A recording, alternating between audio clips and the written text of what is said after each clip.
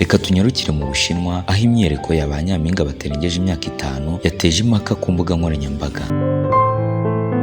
Muri iki gihe tugezemo, ababyeyi bakora uko bashoboye kose bakigisha abana babo ibijyanye n'indangagaciro na kirazira, ariko bikaba iby'ubusa kuko abana bafite abandi barimu barimo za televiziyo, imbuga nkoranyambaga n'ibindi bituma bamenya ibyo batagakwiye kumenya ndetse n'ibyo bakwiye kumenya bakabimenya hakiri kare.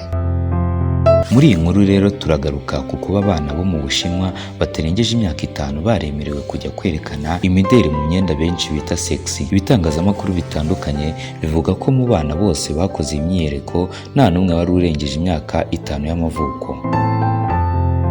Abantu bakibona amafoto y'aba bana akwirakwira ku mbuga nkoranyambaga banenze bikomeye imyambarire yabo, na cyane ko bakiri bato badakwiye kwerekana bambaye utwenda tugaragaza imiterere yabo.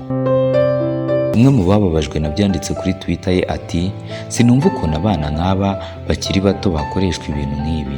Mugenzi we yahise avuga ati, ariko ntacyo bitwaye, ndabona ari byiza. Undi yagize ati, nahitamo ko umukobwa wanjye yigaragura mu byondo aho kugira ngo yambare bikini ashimishe rubanda.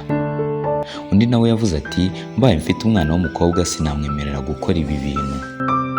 Nk'uko ubushakashatsi bwashyizwe ahagaragara n'ikinyamakuru cyita ku buzima bw'abana cyitwa Pediatrics kibisobanura, imbuga nkoranyambaga zirimo amakuru menshi ashobora kugirira nabi abana, kandi kubw'impamvu nziza hari imbogamizi ku rubuga zishobora no guhungabanya ubuzima bw'umwana muto. Byongeye kandi imyiyereko nk'iyi ishobora gukururira abana bakiri bato mu kwitwara nk'abakuze kandi bakiri bato, ndetse bakishora mu ngeso z'ubusambanyi.